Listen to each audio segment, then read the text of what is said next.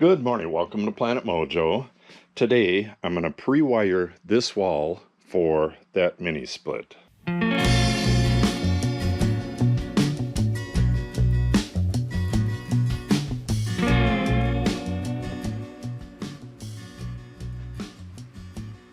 I already have 14-3 wire coming down. It goes to the box there to split into two circuits. It comes down through here and then it goes into that box. So what I have to do is split that into the two circuits.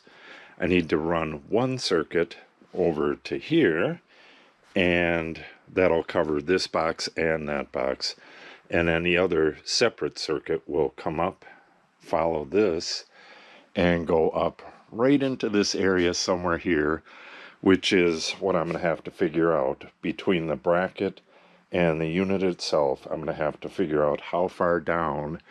It's going to be over in this bay somewhere, so we'll figure that stuff out. And then I'm going to bundle this all together and make it nice and neat. And I got to wrap this up so it can go through the wall at some point for the addition in the future. So first step, I'm going to pop this out of the box and see how it mounts to the bracket, and then measure the distance between the bracket and the top of the unit, then get it all figured out on the wall. Okay, so this is the center right here, but it does not go to the center, so let me see. We have 5 3/4 to that side and 5 inches to that side. Okay, so that's where it wants to mount. And that 5 inches is to the side with the hole on it. And let me see. This is 4 inches in from that. Alright, I'm going to draw a little diagram and then we'll start measuring on the wall. Alright, we have the bracket right here and the mounting screw line, and then we have the top of the unit here, which is, it's about 1 inch up, and then we have, it'll be flipped, so this side right here is 5 3/4,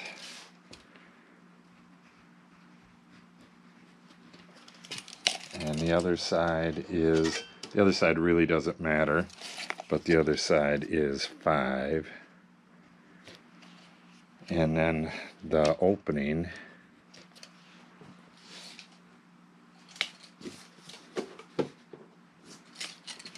is 4 inches in.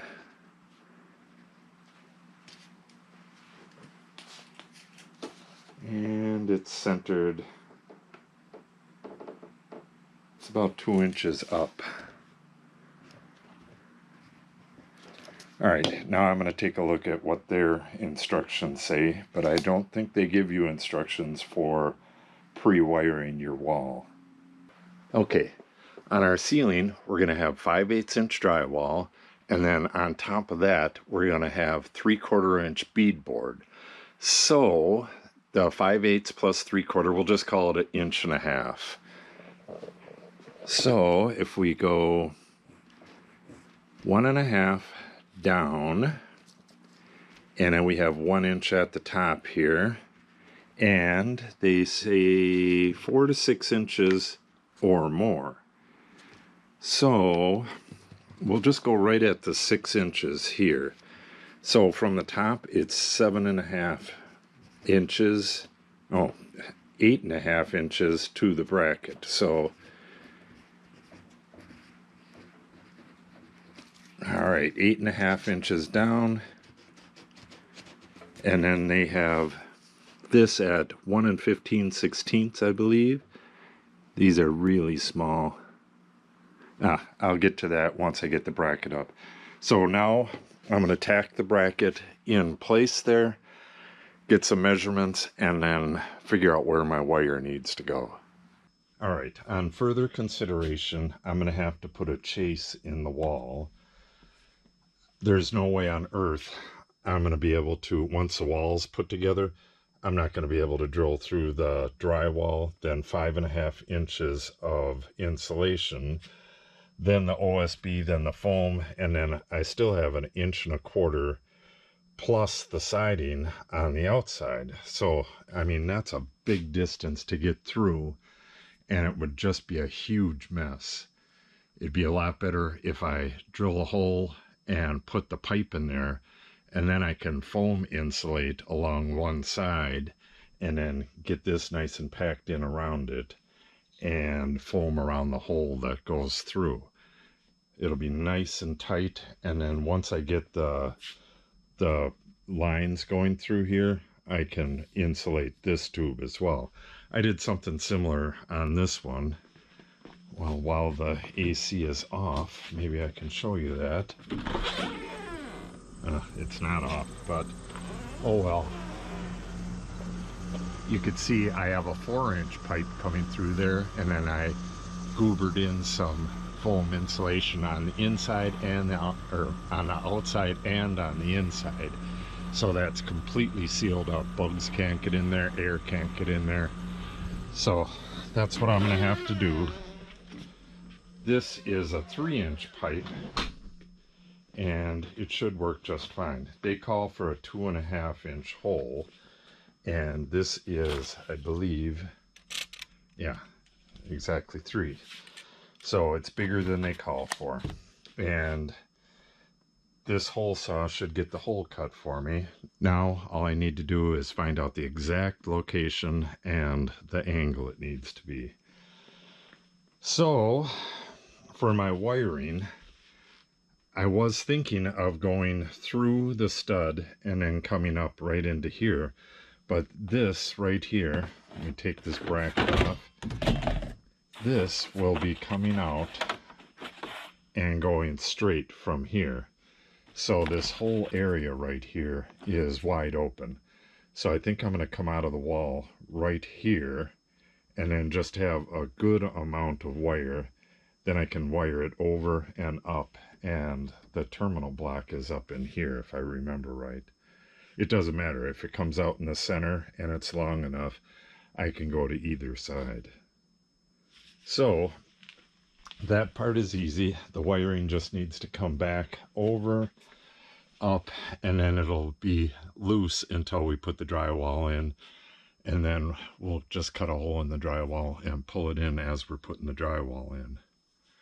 This chase, however, is going to be cut on an angle and flush with the face here, and then once drywall's in, we'll take like a rotary zip cutter and cut it out. All right, better get moving. Also, before I forget, my side-to-side measurements aren't going to be right. They talk in the instructions about having a little bit of play. So this is the dead center, but this is about where you want to mount it. That gives you an equal space so you can slide this back and forth. If your holes aren't exactly right, you can adjust it a little bit. So I'm going to space it right there and then measure off of that.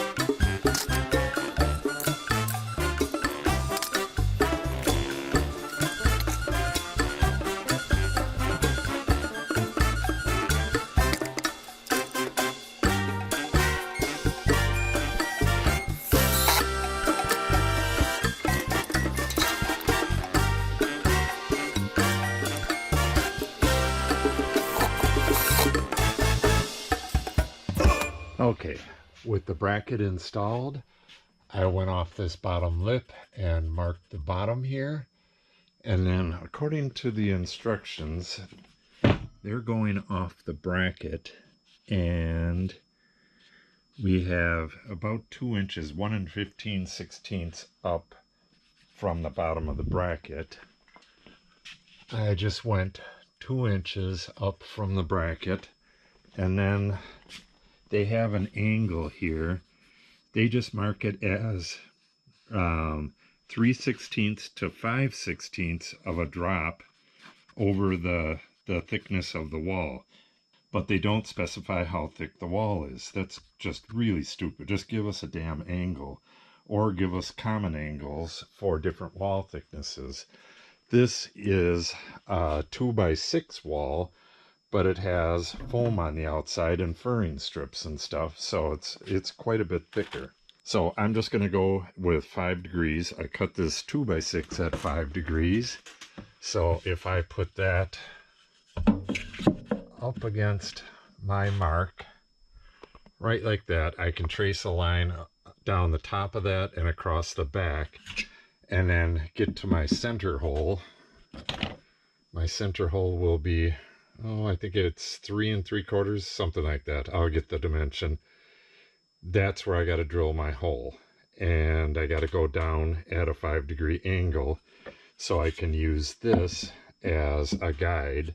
I might have to trim a little off the bottom, but I can use that as a guide to get the angle correctly, because I'm going through some thick stuff here.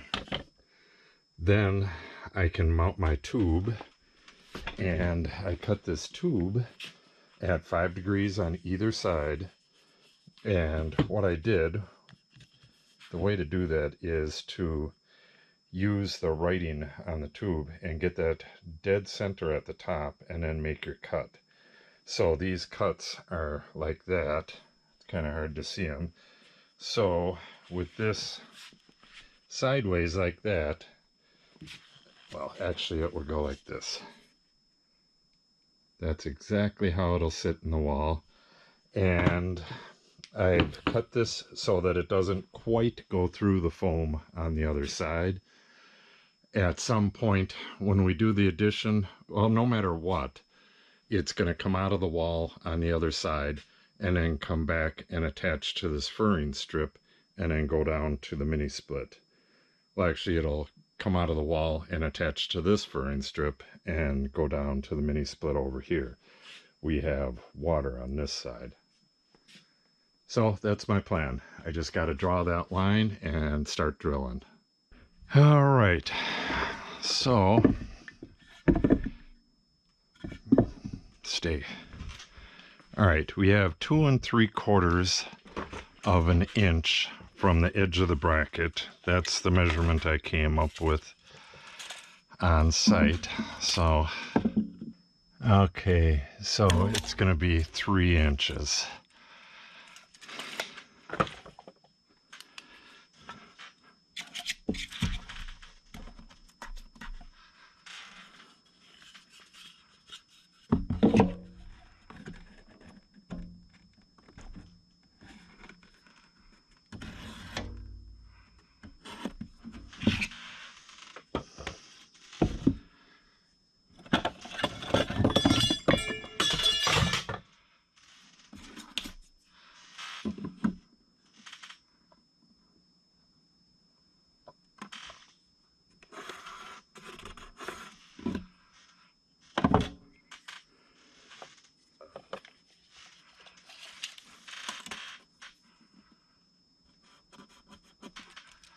Okay, there's the spot.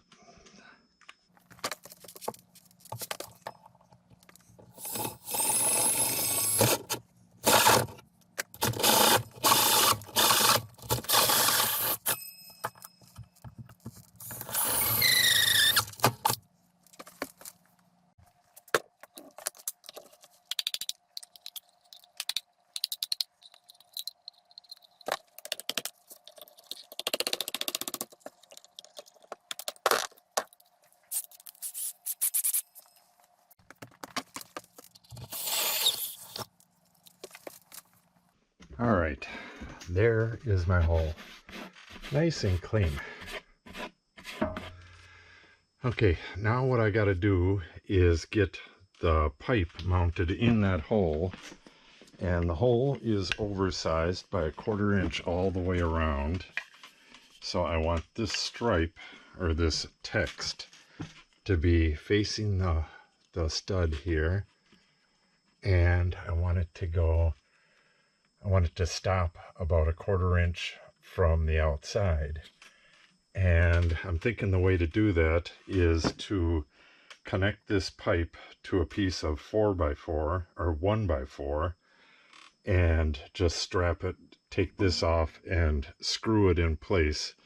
This will be hanging from the 4x4, so it'll be dead flush with these studs, and I can get it perfect in the opening.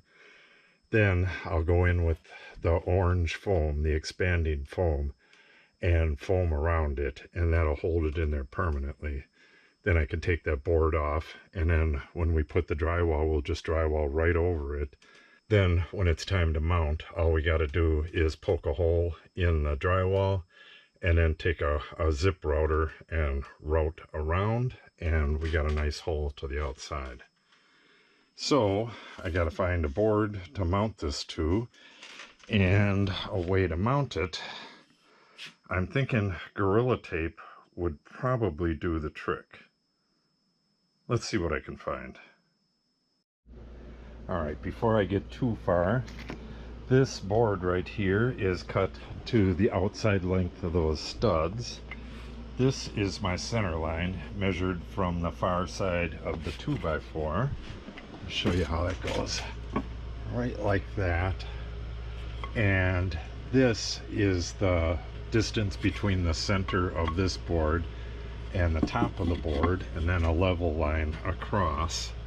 So this will go just like that, and then the center of the tube will be right here. So now I just gotta get the tube mounted to this board kind of centered. And where's my line? There's my line. Alright, so that text is the side, dead center on the side, and then I'm just gonna have to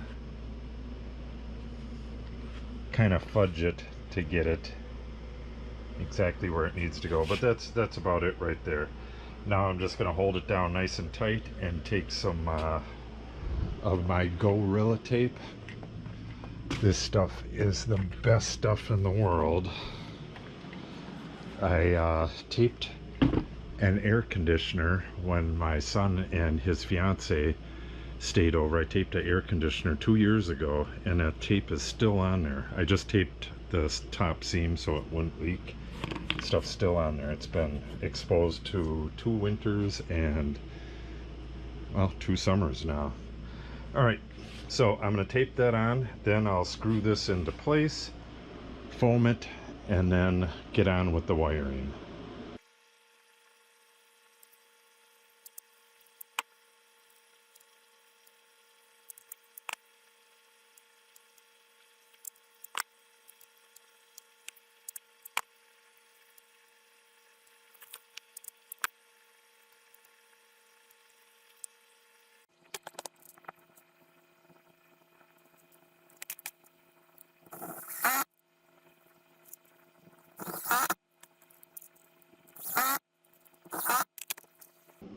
Get this set,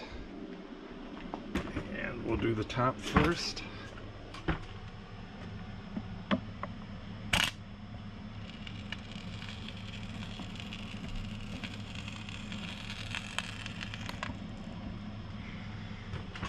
And then the bottom.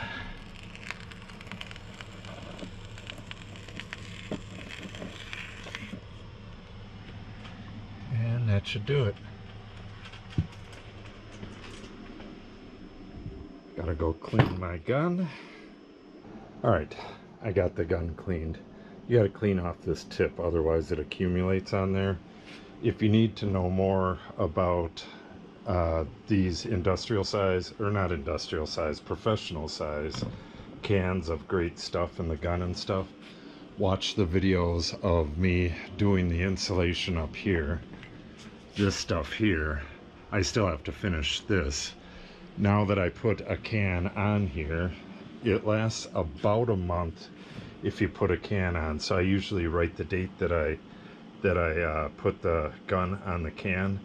I write the date on the side, and if it's coming up on that date, you got to use the rest of it or it's going to be shot. Then you got to take it off and clean the gun and stuff. Okay, so this will take a few hours to dry, and it's lunchtime, so I believe I'm going to go have lunch. Either way, this is done for now, and when I get back from lunch, I'm going to wire this circuit here between that box, and then the one that comes up, and then I'm going to figure out where to do it. It's going to come out like right here somewhere. So I'm going to mount this board. I'm going to take this off. I'm going to cut it to the length it needs to be between these two studs. I'm going to pocket screw it in there, and then I'm going to drill a hole in the middle of it. So when I route that wire up here, I'm going to route it across and through that hole. Then when I put the drywall up, I'll just have a small hole, a starter hole for this, and a hole for that wire coming out, and we'll just push it up into place, pull that wire through, and then I'll have the starter hole already set for that.